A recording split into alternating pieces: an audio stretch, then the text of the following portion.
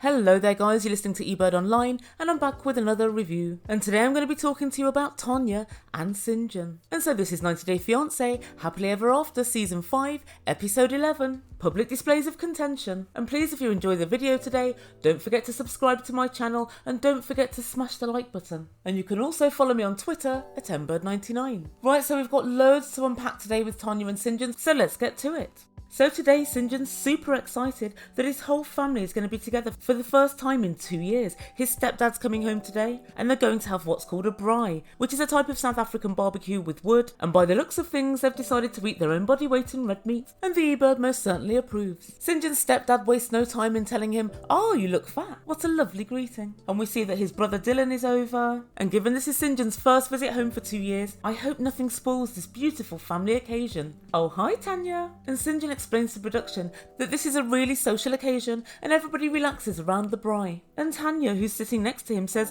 relaxes around the braai or drinks around the braai. Guys, this is a sign of things to come. She just can't leave it alone, can she? And honestly, if the Ebird were there, I would have taken a double shot there and then just to piss her off. And so finally the food's ready and it looks like a fantastic meal. And as they sit down to eat, Tanya says, "I'm happy we're all able to come together." Well, I guess if she's going to be fuckery, she may as well have an audience. And Syngin's stepdad said, "Son, are you homesick?" And Syngin said, "You know what, I really am. I didn't know how bad it would be until I got back. And everybody talks about the American dream and that's great, but I've been thinking about things. And if I want to move forward, I'd like to buy land, and the only place I can see myself buying land is my homeland, South Africa. And I'd like to do it ASAP, put some roots down." And all the time that Syngin's talking, Tanya's putting her hand up. She wants to butt in. And she says, "There's one thing, I do not want to raise my child in South Africa. There's a lot of racism here, there's a lot of poverty." And she continues, "Well, I know it's not just in South Africa, it's in the States as well. But I had an amazing upbringing in the United States. I met so many different cultures growing up. And I mean, for instance, I'm the first American person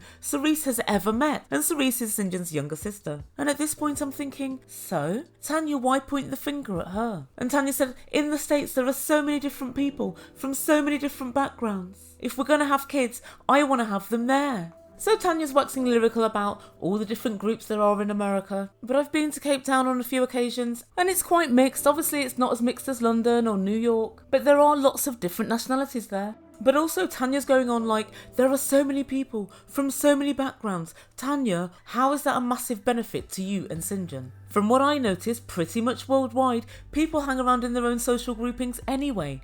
That's one.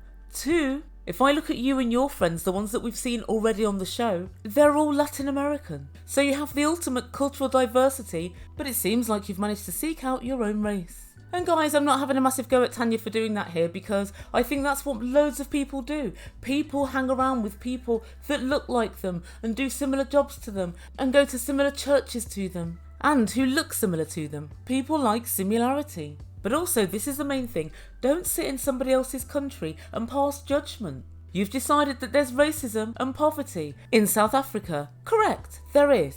But Tanya, I hate to have to be the one to break it to you, but there's racism and poverty everywhere.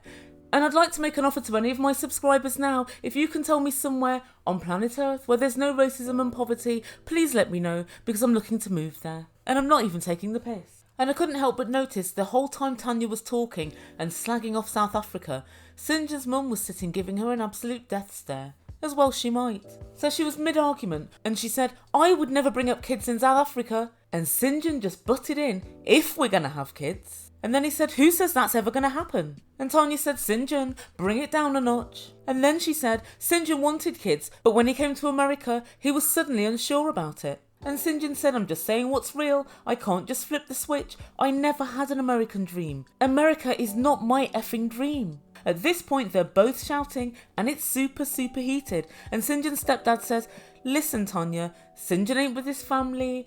Syngin's a little bit homesick." But Tanya was on a roll. She was not listening to anybody.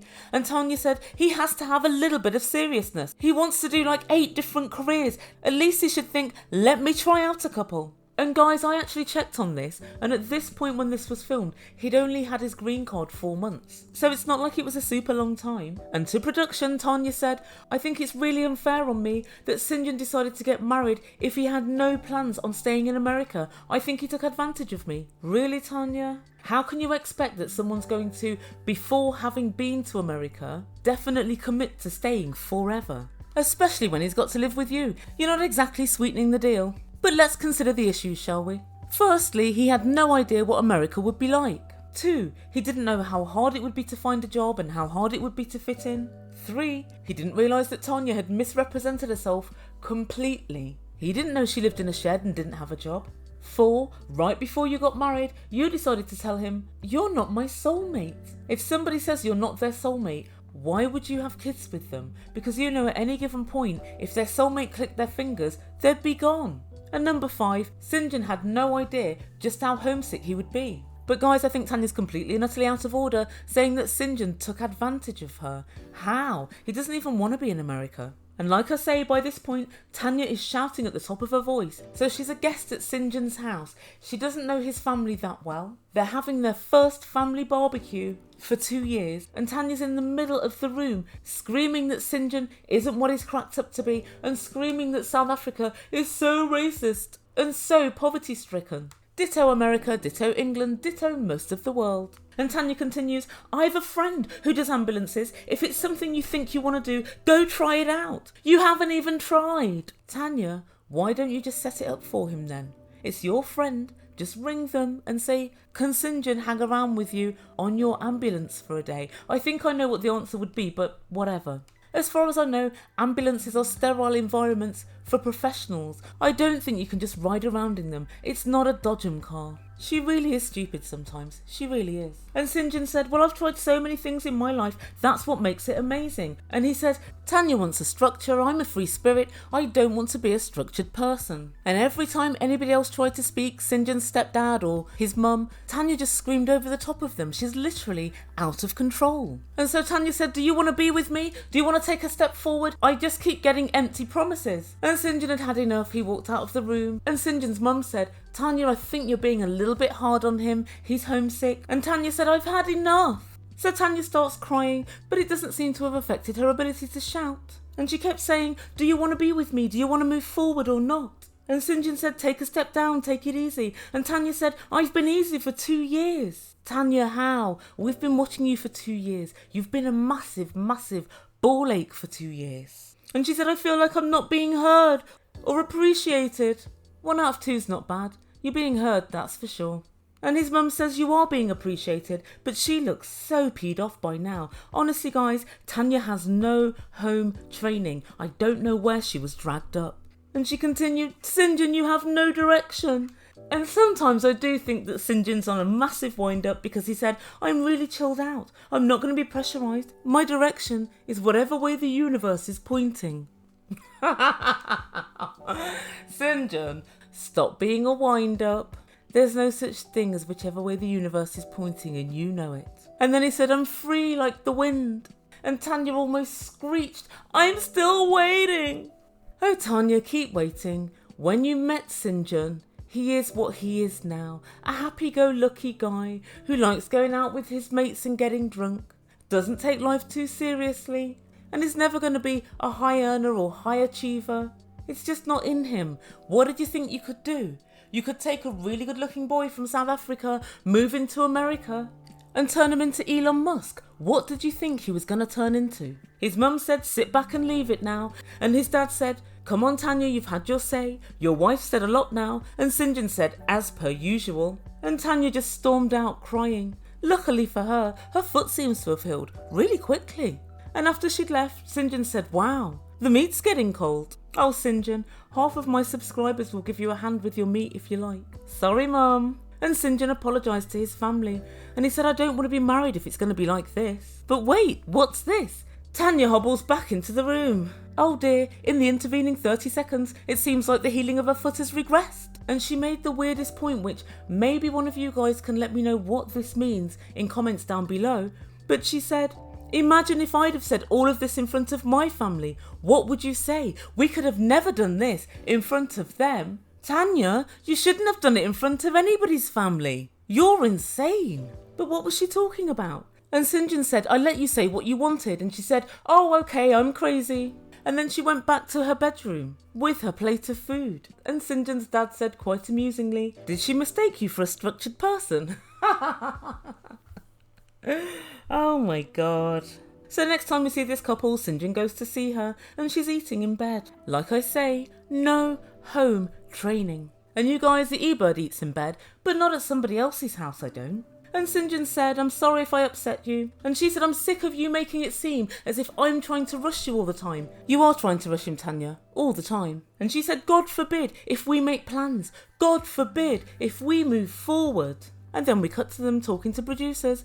And she said, if I met you 5 to 8 years ago, I would have cut you out. So I'm so glad that I met you now. It's time to stop messing around. It's time to level up. And Sinjin said, I'm not playing Super Mario. And Tanya said, 2 years is enough for me. You've broken so many promises. The fact that I'm still here is an amazement. No, Tanya, the fact that Sinjin's still with your whining ass is an amazement. But it bugs me that she always keeps going on about, it's been 2 years, 2 years. He's had his work permit for 4 months. So really he's had 4 months to level up. But Tanya, why do you always want something of somebody else that you don't do yourself? You yourself do not have a career. You yourself do not have a home. You yourself have no definite plan for what you want to do going forward. So therefore, why would you expect it of Sinjin when you don't have it yourself? And Sinjin said, why have you stuck around then, if you're just complaining all the time? And Tanya said, you said that I want to be this guy, but you're not that guy. And Sinjin said, so you think I told you shit so I can keep you with me? Tanya, yes you did. Sinjin said, it's not how I roll, honey. And for what it's worth, I think that Sinjin did say, yeah, I'm going to try and get a career. But she knew all along that Sinjin didn't have a definite plan on what he wanted to do. And as I said a few weeks ago, Sinjin said when he came to the country, I want to be a fireman. I want to be an opera singer. I want to be a carpenter. I want to be Batman. Sinjin's always been all over the place. Even your two friends said, pick a lane and stay in it. I think he wants to be more structured because you tell him that that's what he should be. But I don't think he wants to be more structured for him. And then Tanya said, I want a future and I want to achieve all of my goals. When, Tanya? Inquiring minds would like to know. And then she said, you don't make things happen for yourself. You got to America because of me. Sinjin said, oh, here we go. So you feel all big-chested because you got me into America. Guess what, love? I didn't want to come to America. But by now she was screaming again. She said, where were you? Where were you when I found you? Happy? And she honestly makes it sound like she found him in the gutter. And he said, I was in a job. I had an apartment in Cape Town.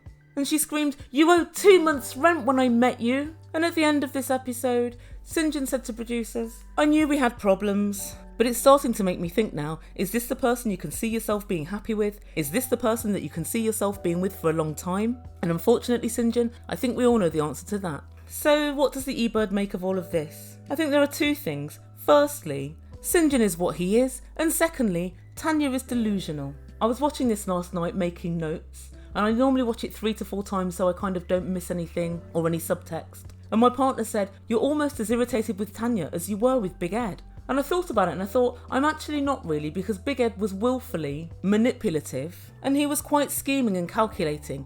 And I don't think Tanya's necessarily guilty of that. I think she's just delusional. She thought she could take the boy that she wanted and make him into the man that she wanted. She thought she could take a free spirit and a free thinker and put him into a little mould. A mould that said, get a job, work 9 to 5 for the rest of your life because I want to have 3 or 4 kids. She thought she could take someone who was ambivalent about having kids and turn them into someone that was gung-ho to have kids and wanted to have them within the next couple of years. And when we first met Tanya, she told us, I'm unstoppable. I always achieve my goals. Really? Tanya, to be unstoppable, you must have started, and I haven't seen any evidence of that as yet. She works behind a bar. I know she's done her course on lotions and potions, but nothing seems to have come of that. But I think she genuinely does believe that she is the mutt's nuts. And I think with regard to her and Sinjin, they're completely different people. He probably won't ever be structured. He said before getting married, he had doubts about having kids. He's always said he's chilled out and he's not sure what he wants to do. And Tanya even had the temerity to say to Sinjin, where were you when I found you? Tanya, you went to live with him rent-free in his house and you tried to lay down the law to his flatmates when you did it. Also, where were you living? You were living at your mum's house. And Tanya's always looking for Sinjin to apologise. Yep, he can say he's sorry he ever married you, but what should he be sorry for? Should he be sorry for being himself? Not everybody in life can be super successful. So I think now Sinjan's got a decision to make. Go on, Sinjan, we're all behind you. He says he never quits. His parents didn't raise a quitter. Nope, they raised a procrastinator. Tanya, wake up and smell the coffee.